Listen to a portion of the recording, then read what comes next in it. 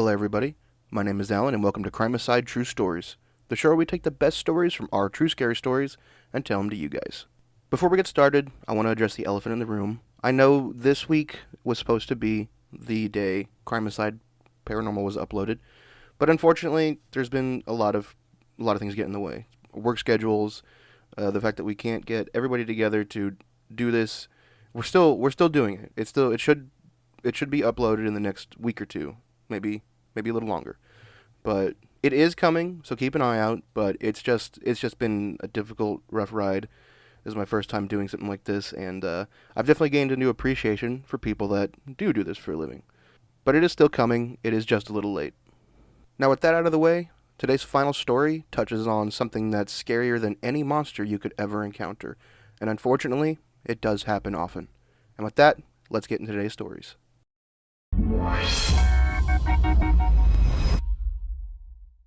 This first story is from Reddit user No Departure 718. I am an Indian, and our village is in Rajasthan.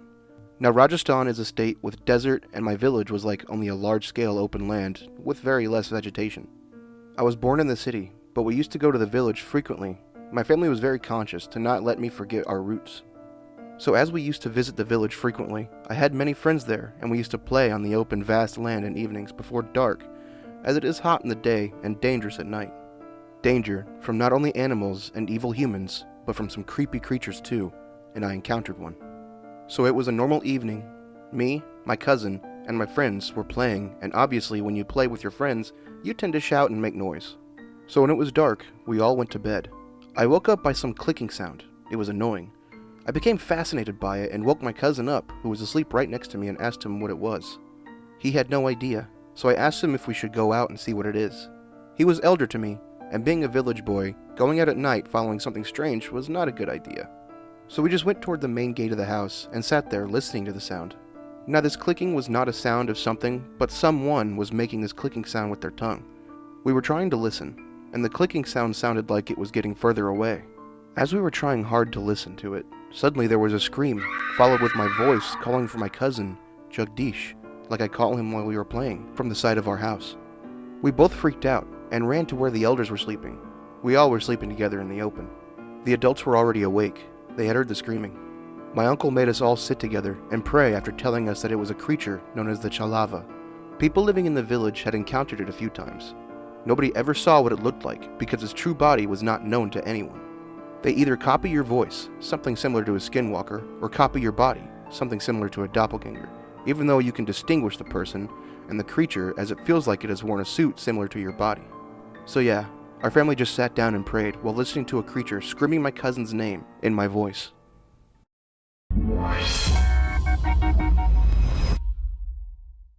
This next story is from Reddit user 4th Degree Night.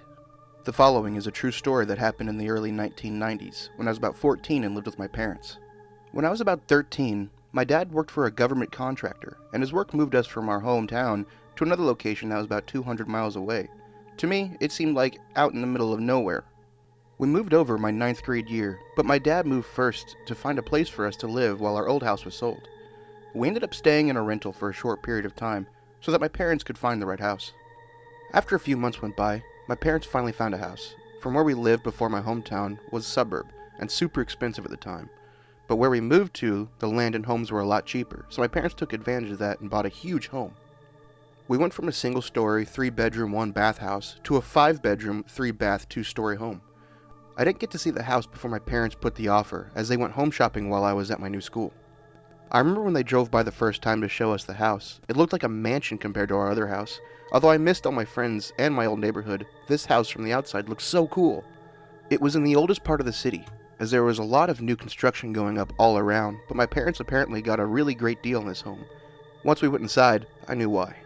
It was evening when my parents got the keys to the new house, so by the time we met the realtor and drove over to the new house, it was dark outside, which made it all the more creepy. When we walked inside, it was like a time capsule. Everything looked like it was frozen in the 1960s. It also had a funny old smell, like the place had been vacant for years. Much later, I found out that in fact the place had been sitting vacant for almost 8 years before we bought it. Even before that, it was odd that the previous owners or tenants never updated anything in the house. For example, there was shag carpet everywhere. It was in some rooms avocado green, and in other rooms like burnt orange. All the appliances were from the 60s, and the paint in the rooms were all weird colors. It looked like it was a crash pad for hippies. My dad was very handy, so immediately they got to work renovating the house. Having extended family members in different fields like flooring, painting, and carpentry, my dad called in a lot of family to help. Eventually the house was completely renovated and we moved in.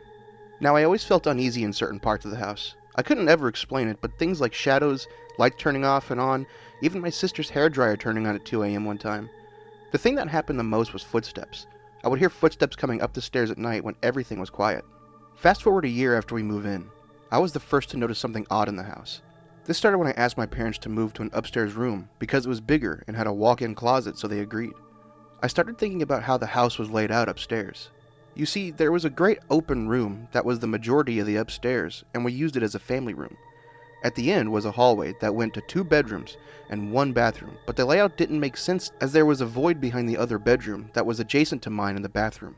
There was almost enough room for another bedroom, but the space went out over the garage. So one day, I drew our house like a diagram and couldn't figure out why there was such a big void. I asked my dad and he shrugged it off. So one day, I went outside to the side of the house and noticed something odd. There was once a window there. It was covered up by some big vent-looking thing and a sloppy patch of stucco. At this point, I was super curious and studied the layout again and noticed that the wall on the other side of the bathroom had a pitch of drywall in the shape of a doorway.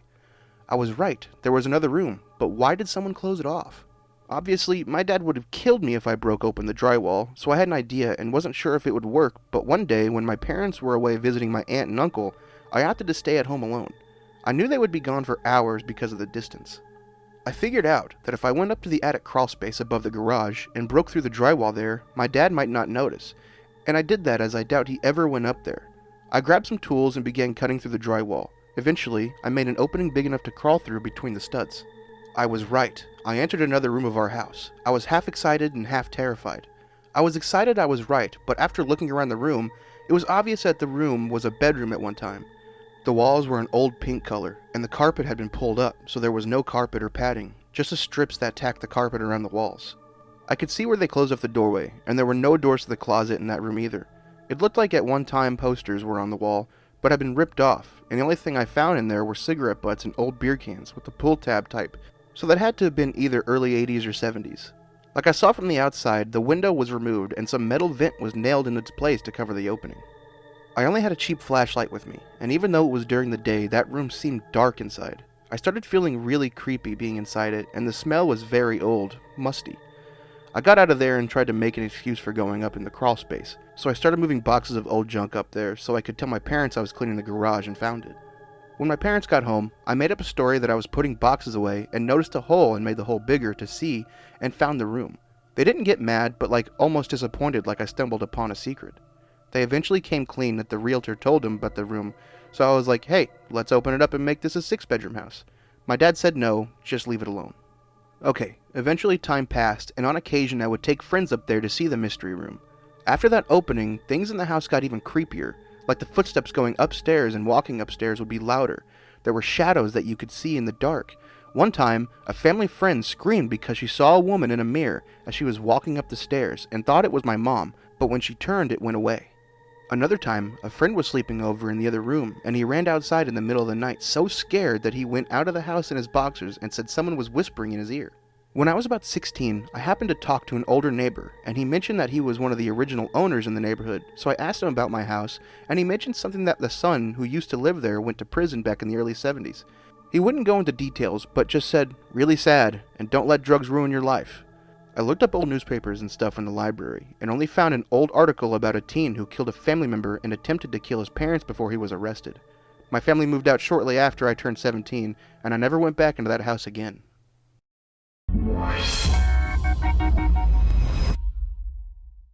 This next story is from Reddit user College Snitch. I hope this is an okay place to post these stories. Please let me know if it's not, mods. Growing up, I had a lot of scary stories, a mix between my childhood home being haunted and myself being haunted. Some of these considered of people being choked by something that was not there, hearing white noise from the TV but nothing being on, being pulled out of bed, black fingerprints on door seals, watching shadows, and what I call the scream. My family was rather religious. They go to church 2 to 3 times a week. They were basically leaders in the church and best friends with the pastor, but this really isn't relevant. It's just something to know. From a young age, My siblings and I could see things that weren't there for normal people. It was worse for her than for me. But the dark figures were always around. Due to how frequently we saw them, my sleep schedule was destroyed. As a homeschooled kid, I had some leeway, but to say I wasn't sleeping until sunrise was common. At this point, I'm around 12 years old and it's 2 a.m. I'm on my iPod watching anime because I need noise and something that feels safe. Something that isn't scary and blocks out the nightmares I saw in real life. I suddenly got the feeling that something is running full sprint through the house. Kitchen, dining room, living room, stairs, loft between the 2 bedrooms and back. My heart begins to race as I pretend I can't hear it. I know it's not a person. This happens too much, and people don't make you feel anxious the way this thing did. This thing lasted 15 minutes before stopping. I sigh and try to relax. Just a few more hours and it will be sunny outside. I pull the blanket up higher, wanting my arms completely covered, and glance at my sibling, happy that she is sound asleep. I then suddenly hear a scream. It's not shrill, but it's odd, and sounds like it came from my parents' room. I immediately flip on my lap light as I yell for my parents. My sibling is now awake, as I hear my dad sprint the distance of the loft. "You screamed. Are you okay?" he questions as he looks over us. Our mom appears behind him, looking disheveled. "We're okay. You screamed, so I was worried?" I asked as my mom placed her hand over her chest to calm down. "We didn't scream," he said as he pushed my mom into the room and began to check the house. "The scream came from your side," I said as he left. We began to talk. My mom said it came from here, my sibling said she screamed, and I said I was awake, you didn't scream, and came from their side. A few minutes later, my dad comes back. There's nothing. All the doors are still bolted shut. No windows open, and the bath and closet downstairs are clean. There's just nothing.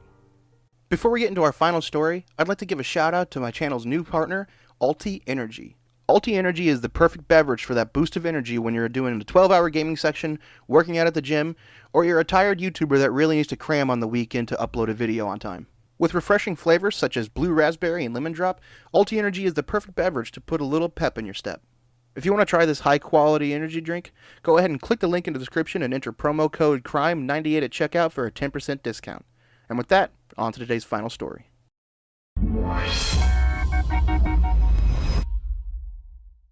This final story is from Reddit user So Nora. One night, back when I lived in a car with my husband and 2 dogs, some strange shit happened to my husband and I. It had been at least 8 nights since I'd been able to sleep well, so I was pretty damn tired and grouchy. As I laid down in my makeshift bed in the back of the car that night, I pretty much immediately started falling asleep. Since it was almost midnight, it was pretty quiet at the Vista point by then. Just as I was barely starting to dream, there was an urgent shaking to my shoulder. Loudly, I startled awake and demanded, "What?" Upon doing that though, I opened my eyes and quickly realized that our car was illuminated in a very bright light. Since it was popular at Vista Point, it wasn't that unusual to see other vehicles with people pulled up beside you. Plus it was dark, so the light was necessary. By then, I heard this strange male voice saying, "Sorry, I just thought maybe you needed some light since your car was so dark over there." My husband immediately responded with, "No thanks, man. We're actually going to sleep. That's why we have it so dark over here." For a few seconds, I heard only silence, until the stranger answered with, "Well, what if I needed more light or something?" An odd thing for him to ask, seeing as how he was the one with the bright light, which he was pointing at our car. So I spoke up finally, replying with, "We don't have any good lights." The stranger simply replied, "Oh." So once again, I rolled my eyes, hard that time, putting my headphone back into my ear, and I rolled back over once again to try to sleep. I noticed the bright light that the guy had on our car quickly turned off, and then I heard his vehicle start up and pull out of there. So naturally after that, I started to drift off into dreamland once again. To my great dismay, not even 20 minutes later, I got another more frantic feeling shake to my shoulder. That time though, I was getting pretty pissed off, so I sat up and glared at my husband and angrily hissed out a "What?" through clenched teeth.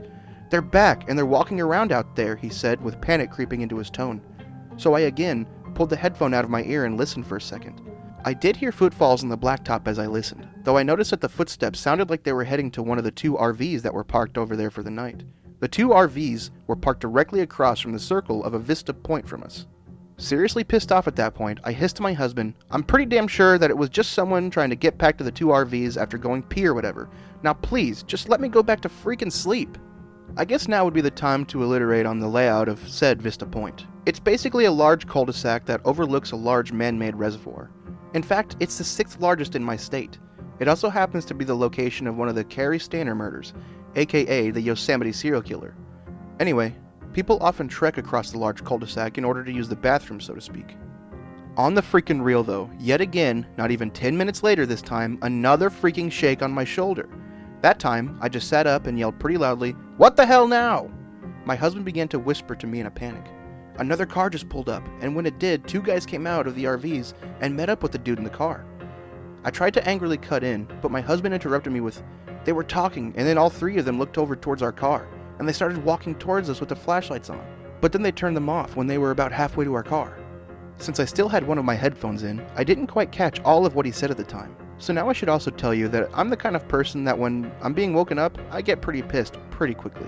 So I kinda lost my shit on my poor husband and I started basically yelling at him. My husband responded by hissing at me to either get up front so he can start loading the car back up, or to stay where I was in the back and he would pretty much just pile the shit on top of me. I yelled some more, but I did eventually get up front. Thankfully, we got out of there safely. My husband told me on our way out that the first dude with the bright light on our car had a huge hunting knife strapped to his waist. My husband also told me that when I started yelling after being startled awake several times, that all 3 guys turned around and slowly dispersed. We'll never know if the incidents were related, but that's one hell of a coincidence that those 3 guys were coming to our car less than 20 minutes later, don't you think? So creepy Vista Point stalkers, let's never meet again. Thank you so much for watching, everybody. I hope you enjoyed this video. I had to cram because work's just it's been a nightmare. They keep me so freaking busy, and I work in the middle of the day. It's stressful. I will be continuing to record and upload, but it may be later in the day or like on a Sunday, so don't worry there. Also, Crimicide Paranormal will be filming in a couple weeks, and I'm really excited about it. We finally have it all set up. It's all worked out, and it should be out the weekend we record it, and that's really exciting. So go ahead and comment, like, subscribe, ring that notification bell for updates on my content, and I'll see you in the next video.